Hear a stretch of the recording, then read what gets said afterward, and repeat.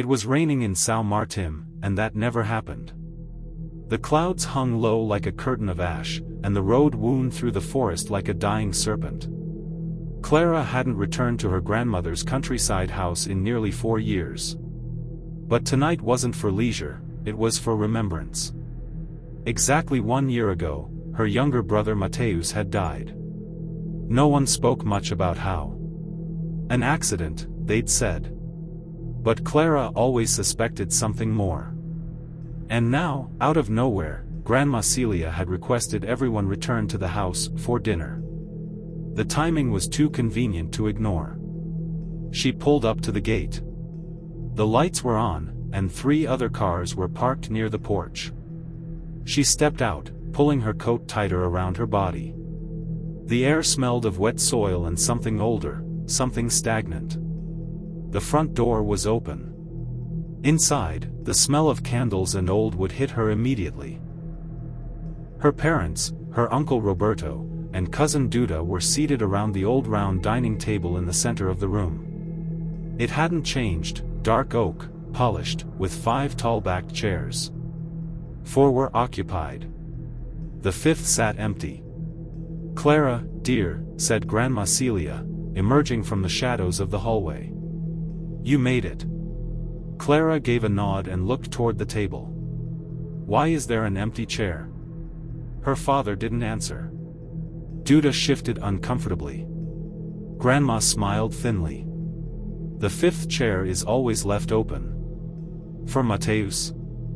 "Not exactly." A silence bloomed in the room, thick and unnatural. Clara sat anyway, opposite the empty seat. And the moment she did, she swore she felt a shift. Like something settling in. The dinner was nearly silent. Forks scraped against porcelain. Glasses clinked. No one mentioned Mateus. No one mentioned why they were all really there. Only the rain dared speak. Clara couldn't take her eyes off that 5th chair. Its surface looked slightly damp, as if someone had been there just moments ago. And sometimes, out of the corner of her eye, she thought she saw it rocking, just slightly. When dinner ended, Grandma stood. "Tonight," she said, "we'll play a little game. The same one we used to play when you were children." Uncle Roberto stiffened. "No. We're not doing that again." Grandma smiled, thin and cold. "It's already begun." Later that evening, Clara unpacked her bag in the guest room. It still had the old mirror above the dresser. Wallpaper peeling in the corners. The kind of room that remembered more than it revealed. As she brushed her hair, the door creaked behind her. She turned. Nothing. Then she looked at the mirror again, and there it was, the 5th chair. Behind her. In the reflection. Her heart froze. She turned around again. Nothing. No chair. No movement. When she turned back to the mirror, the chair was gone. But the reflection of the door was slowly closing. Even though the real door was wide open. By candlelight, the family gathered again around the round table. "Everyone holds hands," Grandma instructed. They obeyed, hesitantly. The empty chair remained untouched. In the center of the table, a single candle. Flickering. "If you are with us tonight," Grandma whispered into the dark, "give us a sign." Silence. Then, creak. The 5th chair shifted slightly. Everyone heard it. No one spoke. And then, 3 sharp clicks echoed from the chair's direction. Click. Click. Click. Clara gasped. That was Mateus's signal. When they were children, he used to snap his fingers 3 times to tell her to shut up during dinner. No one else knew that. Her hand trembled in her cousin's. The candlelight danced wildly. And then the chair moved again, pulled back, then in, as if someone had just sat down. Grandma smiled. "He's here." Clara didn't sleep that night. Even after the candle was blown out and the chairs were pushed back under the table, she kept hearing things, tiny sounds, like fingers brushing wood. Breathing that didn't match hers. She lay in bed, eyes open, watching the mirror across from her. She had tried covering it with a sheet, but it wouldn't stay in place. Every time she turned away, the cloth slid off, like the mirror was rejecting it. 3:13 a.m. A soft knock knock knock came from the other side of the wall. She stared at the spot. That was the wall between her room and the dining area. She slowly got out of bed, padded to the hallway in socks, and peeked toward the dining room. Empty. Except the fifth chair was no longer tucked in. It was pulled out. And facing the hallway. Facing her. Clara turned around and went back to her room. Locked the door. Didn't sleep. At breakfast, the family avoided her eyes. No one spoke about the night before. Not the candle, not the knocking, not the chair that seemed to move on its own. Clara finally snapped. "What the hell are we doing here?" she asked, looking at her father. He sighed. Took a long sip of coffee before answering. "We're following her wishes," he said, nodding at Grandma. "And what wishes are those? To play ghost games?" "To keep it contained," Grandma said, calm and clear. "The game is not a game. It's a seal. We play to keep the chair occupied, to keep him satisfied." "Who is he?" No answer.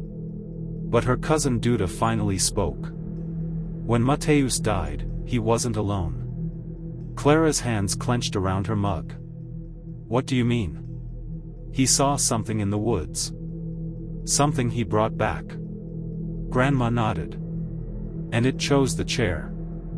That evening, Grandma gathered them again at the round table. This time, Clara hesitated. "Why don't we just burn the chair?" "It's not the chair," Grandma said. "It's what the chair represents. It's an opening. A place at the table for the one who was invited by accident." By accident? When we tried to reach Mateus, we reached something else instead. Silence. And now, it comes every year on this day. And it sits. And it listens. Clara's skin crawled. Still, they sat. Held hands. Candle lit. And as if by cue, the fifth chair groaned, and slowly turned to face the table. "Ask," Grandma whispered. "But ask only yes or no questions. That's all it understands." Clara swallowed.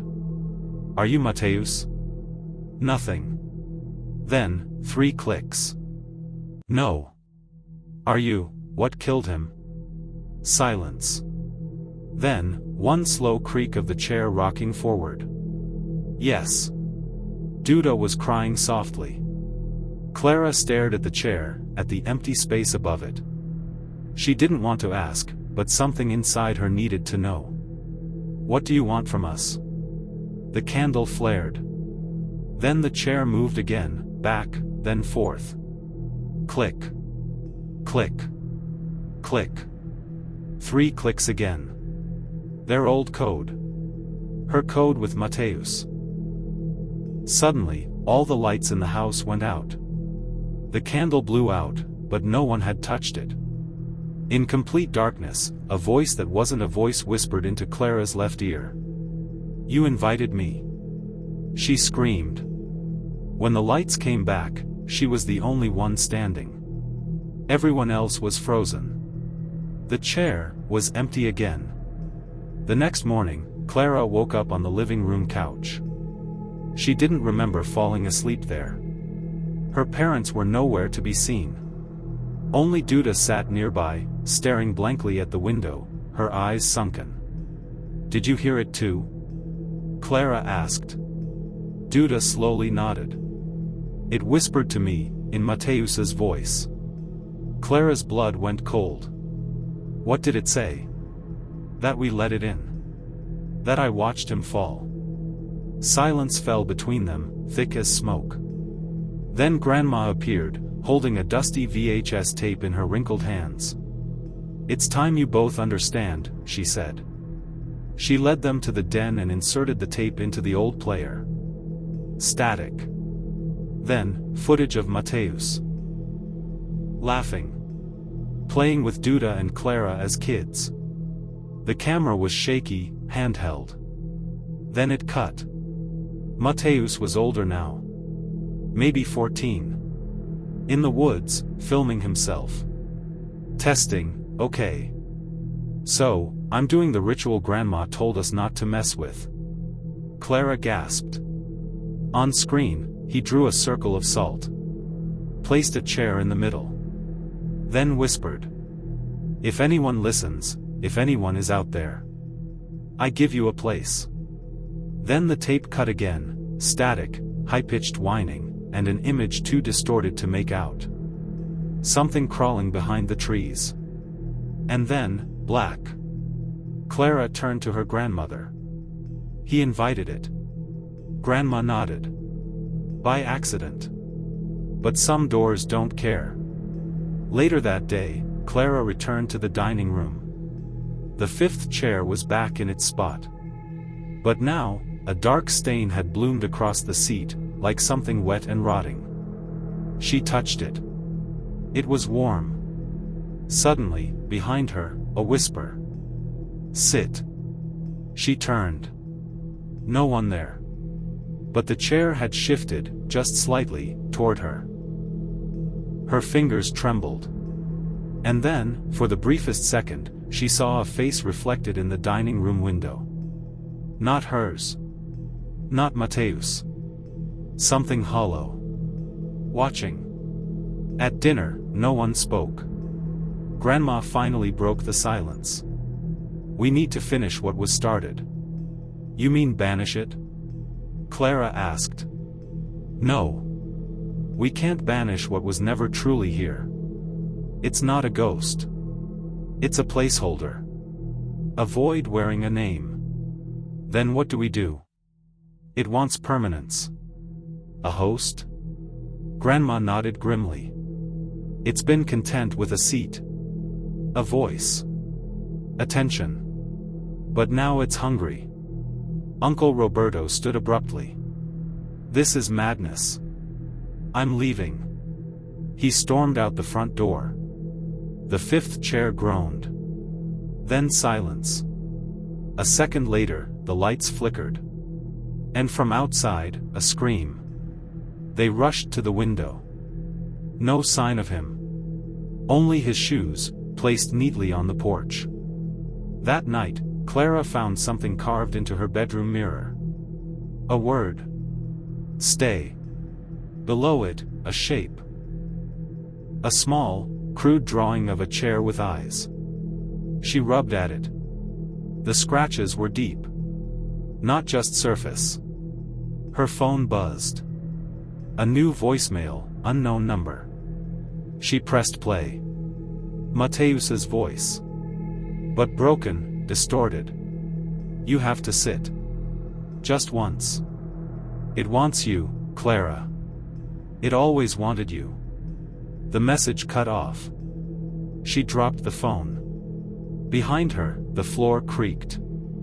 Someone was inside the room. Clara turned slowly.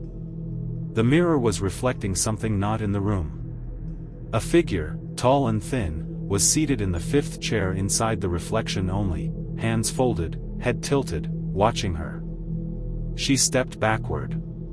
The reflection moved forward. One step closer. Its head twitched sideways.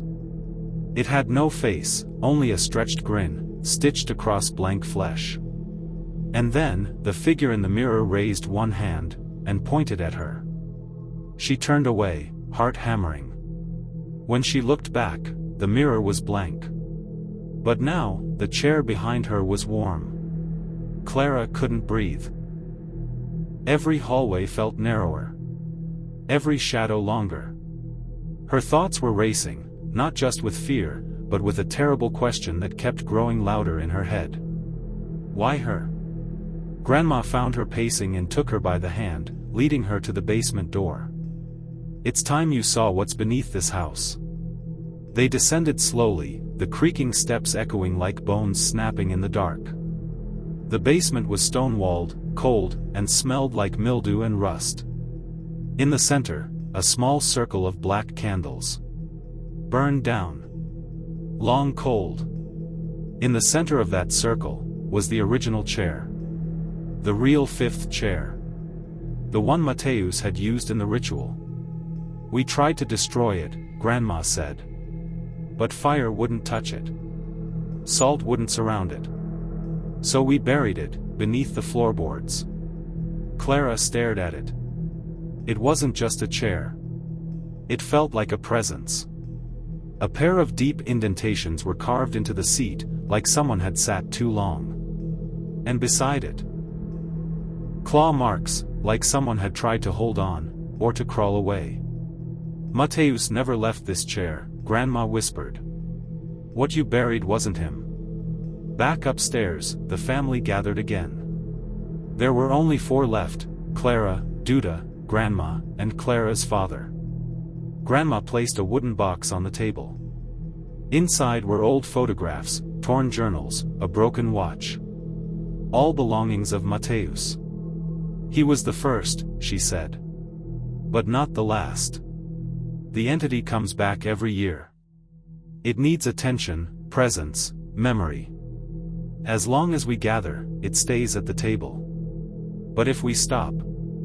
Clara interrupted. "Then what?" Her father answered this time. "Then it chooses." Clara understood.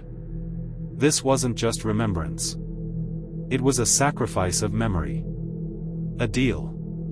To keep the thing satisfied, they had to keep remembering Mateusz, but not truly him. The thing that replaced him. That night, Clara found Duda crying in the guest bathroom. "I saw him die," she confessed. "The day it happened. We weren't just playing in the woods. We were trying the ritual again." Clara froze. "You helped him summon it?" "He wanted to feel something. He thought the ritual would show him God. Or death. Or something that would prove he mattered." Duda's eyes were hollow. When it came, it didn't speak. It just watched. And then Mateusz, he stopped moving. Clara backed away slowly. She now understood. Duda wasn't just a witness. She was a willing participant. And the entity remembered. On the final night, Grandma insisted they gather again. One last time. The 5th chair sat at the table. Empty, and yet, not. They held hands. The candle flickered. The air was thick, like breathing through cloth. "Are you here?" Clara whispered. 3 clicks. No pause. Immediate. "What do you want?" No sound. Then, the chair moved. Once toward Clara. Then again. And then, her own chair shifted toward the entity. It was choosing her. Suddenly, the candle blew out. Darkness. A whisper in her ear. "Sit, and remember nothing." Her hands slipped from the others. Cold fingers closed around hers. She was no longer in the dining room. She was inside the mirror. The reflection looked back at her, but it wasn't hers anymore. In the mirror, Clara sat in the 5th chair, smiling faintly. Outside, the Real Clara stood frozen. Her family didn't react. "We warned you," Grandma whispered. Clara's mouth moved, but no sound came. Her reflection stood, walked around the table, and took her seat, Clara's seat. The others continued dinner as if nothing had changed. And Clara, now trapped in glass, watched them eat, talk, laugh. The 5th chair remained empty. Her place. Forever. It was cold. Not the kind of cold you feel on your skin, but the kind that starts inside your bones. Clara stood in a dining room identical to the one she knew. Same chairs. Same flickering candle. Same family. But everything was reversed. The shadows bent wrong. Her grandmother's face never blinked. Her cousin's eyes were two empty pits. Her father sat perfectly still, not even breathing. And the fifth chair? It was watching her. The chair itself had a presence here, no longer an object, but a figure, tall and thin, cloaked in shadows that dripped from its sides like ink. And it smiled. "You're here now," it whispered. Clara tried to scream, but no sound left her throat. She turned and ran, but the house had no doors. No windows. Just mirrors. And in each mirror, she saw a different version of herself, older, younger, twisted, broken.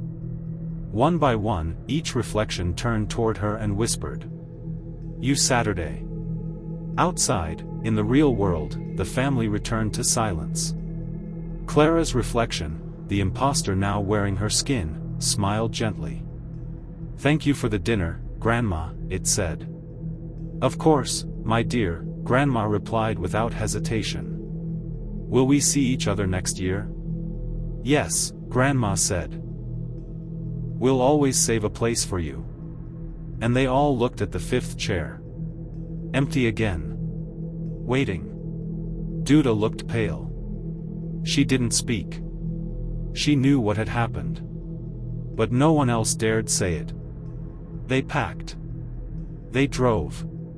They returned to their lives. And left Clara behind. A new rain fell on São Martim. And with it came a familiar date. Grandma Celia sent out new invitations. But this year, something was different. A new name was added to the list. Luciana, Clara's cousin, who had missed the last year's gathering, showed up at the door. The house looked unchanged. Quiet. Empty. But as she stepped inside, she felt it. Like stepping into a memory you never had. She found the table already set. 4 chairs filled. 1 empty. "Luciana, dear," Grandma said. "We've been waiting." She was ushered to the fifth chair. It sat still. Polished. Quiet. But warm. "Why is it warm?" she asked softly. Everyone smiled. Because someone was just sitting there. Inside the mirror, Clara no longer recognized her own reflection. Her face had faded into smooth glass. Her thoughts flickered like candlelight. Sometimes, she remembered her mother's face. Sometimes, the wind in her hair. But those moments grew fewer, dimmer. And always, the entity stood nearby. Watching her forget. She no longer ran. She sat. She waited. Because she knew, the fifth chair would need someone new again. And when they sat, maybe she'd be free. Maybe. They say every old family has secrets. But few carry them like the Martins. If you ever pass through São Martim and find yourself near an old house in the woods, the one with the crooked porch and the round window, don't go inside. Especially if they offer you a seat at the table. And if you see an empty chair, don't ask about it. Don't sit in it. And for God's sake, if you hear 3 clicks, run.